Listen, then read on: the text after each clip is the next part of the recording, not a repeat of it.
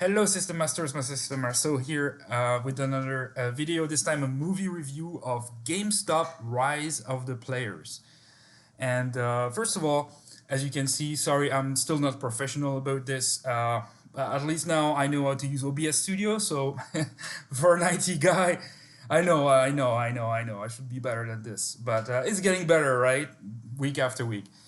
Yeah, so I'm not a stock market expert at all, but I heard about this movie through Smash JT, um, and he, at first when he was mentioning this, I thought, yeah, this is a joke. They just IGN made this trailer as like something for their YouTube channel, a 1 minute thing. The trailer you can see here in the bottom left corner.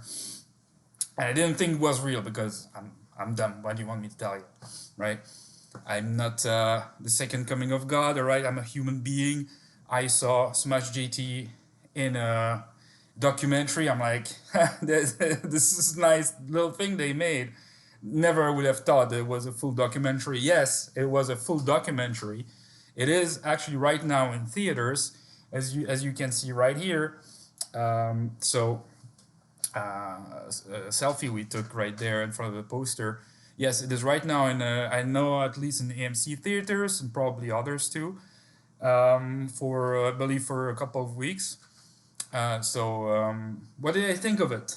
Well, first of all, let me tell you, it's going to be spoiler free. So, of course, everybody can read about this online.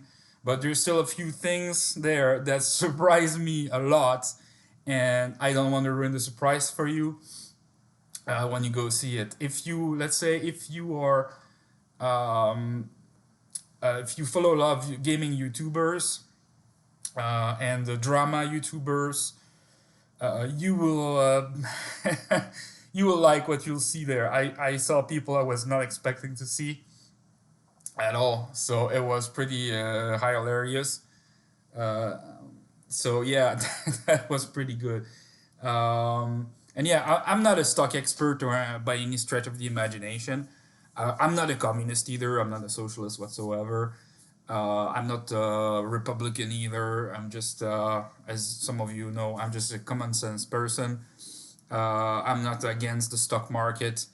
If it's well regulated, I think there should be more regulation in place for that. And I think this documentary was great by mentioning that. And again, I don't want to talk too much about the details because if you want more details, I think you should just go watch the documentary that explains it more in depth and much better than I would ever explain it to you. Because again, I'm not an expert with the stock market, but it was very well explained so that everybody could understand. I went there, as you can see here, with my stepson, and he loved the documentary as well. For him, it was just seeing a documentary about the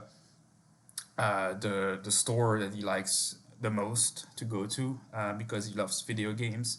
He loves his Xbox and his Nintendo Switch, and yeah, even for him it was pretty interesting.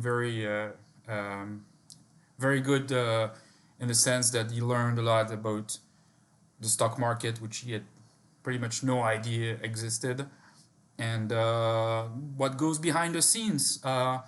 And some what looks like just a regular store, a regular video game franchise, brick and mortar store. But there is a lot more behind the curtains that a lot of people don't know about. So it was very educative for him. That's how you say it.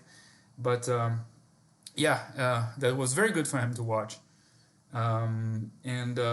It's basically a story of little people that invested in GameStop when nobody believed in it, and sticking up to the man, right? Sticking up to those big corporations. And in another way, it was also a story about the American dream, the land of opportunity. Because here, sometimes, if you're at the right place at the right time, or if you have skills that aren't that are not so common, or if you do certain studies, or if you're willing to just work your ass off, um, you can make it. You can make it. That's what's good about North America, because for this I'm counting both the United States and Canada. If you're a hard worker, you want to make it, you can make it. You always can, unless you got health issues. In which case, in the United States at least, if you don't have health insurance, which after the movie Sicko from Michael Moore, and I'm not a Michael Moore fan, I didn't like his Fahrenheit movie, for example, but for his Sicko one, it was a really good documentary, and that's a problem in the United States, and you think what you want about Obamacare, there's a lot of flaws, and it should be a million times better. Uh, the Democrats think they've done something amazing. No, it can be a million times better. It's a start, a bad start, but it's a start. Um, and as you can see in the movie, one of the investors. This is the only thing that I will spoil of it, just to explain you how important that is. But again, try to go see this documentary. It was really, really good. And one of the investors got cancer with no health insurance, and it's crazy that it's still possible in this country that happens. Because normally you have Medicaid, but if you're not registered to Medicaid yet, you can be for X amount of time without anything, and that for me is absolutely unacceptable in the first world country like the United States. I'm sure a lot of you will agree. And again, I'm not a socialist by any stretch, but I think healthcare is the only thing where really healthcare and pension plans too should be somewhat covered, at least the basic minimum. I'm not saying dental vision should be. Ideally yes, but at least if you have cancer or something, why can you be in trouble for this? This is not your fault. And I don't understand. It does not make any sense to me. It never will make any sense to me. When I was living in Europe, and I was being told, hey, in the United States, they don't have health care. I never believed it. I thought it was people, just socialists, that were saying that just to convince people to be anti-American, because there's a lot of anti-American sentiment in Europe, which was never me. But I've heard a lot about this, but that point was true. I didn't believe it was true at the time, and it is true. It is sad that you can be without healthcare in this country. So I thought it was awesome that we could learn about that in this documentary at the same time. It was a really good story as well. And then, of course, the story of my chum Smash JT, who everybody's laughed at him, and they show that in the documentary. Like half of YouTube has mocked him for his investments here and there. And and who, at the end of the day, who was right? Who was right, and who has the last laugh? And it was him. And no, that was really incredible to see that. I really enjoyed it. And so here I'm gonna say a spoiler. So if you don't want to be spoiled, I suggest you click out of this video right now. Thanks for watching. Because yes, it's gonna be a spoiler, a surprise, because it's a surprise. Really, it surprised me. Because in this movie, I don't know if these guys are aware, but I noted, so these people in it, I noted a cameo of Dreamcast Guy, Inside Gaming, Camelot 331, Young Yeah, Van Buren 20, and Darius Truxton. And that, when they showed Darius, my stepson didn't know why, but they started laughing out loud because that guy has blasted Smash JT for so long, and guess who is on the big giant screen in the movies looking like, I'm sorry to say it because I don't like to say names, but he looks like an idiot, right? He he looked like an idiot. And yeah, that was very funny. So no idea if any of them are aware, no idea what's going on behind the scenes with that, but I was extremely surprised.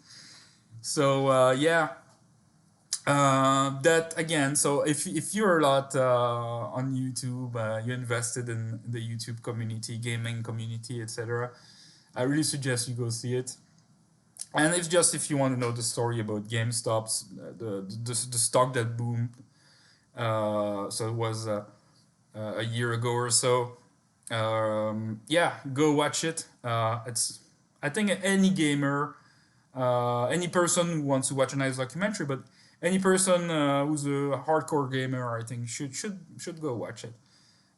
So I would give it. Well, maybe I'm going to be biased in my score because I know Smash JT. I believe he's kind of one of my close friends, and that's weird to say because I never met him in real life because we started getting close when it was this freaking pandemic, right? But I mean, hopefully I have a beer with him at some point. Not before I'm 80 years old, right? Hopefully this pandemic stops before then. Who knows? But yeah, uh, I would have to give it as a documentary a 9.5 out of 10. Yeah, I mean, not a lot to say about this. It was well done. It was well directed, and my wife is very uh, picky when it comes to watching movies and documentaries. She doesn't have a lot of time on her hands. She's a nurse, works for depends what assignment she's got. She works sometimes 48 hours a week, sometimes 60 hours a week. So she's got very little time. But I am sure that even her will enjoy this. It was it was really nice to watch. So yeah, there you go, guys. Great documentary. Go watch it. And that's about that. Congratulations to all of the people featured in this movie. I don't know the names of the others. And if you want to see Smash, I thought it was gonna be there for like 5 seconds, 10 seconds, maybe. That's what I thought when I went to see the movie. I thought, yeah, it would be a movie about GameStop, and we'll have a nice cameo from him. No, no, no. He was shown for like I don't know, for like a good 10 to 15. I don't know. I didn't count, but I would say 10 to 15 minutes.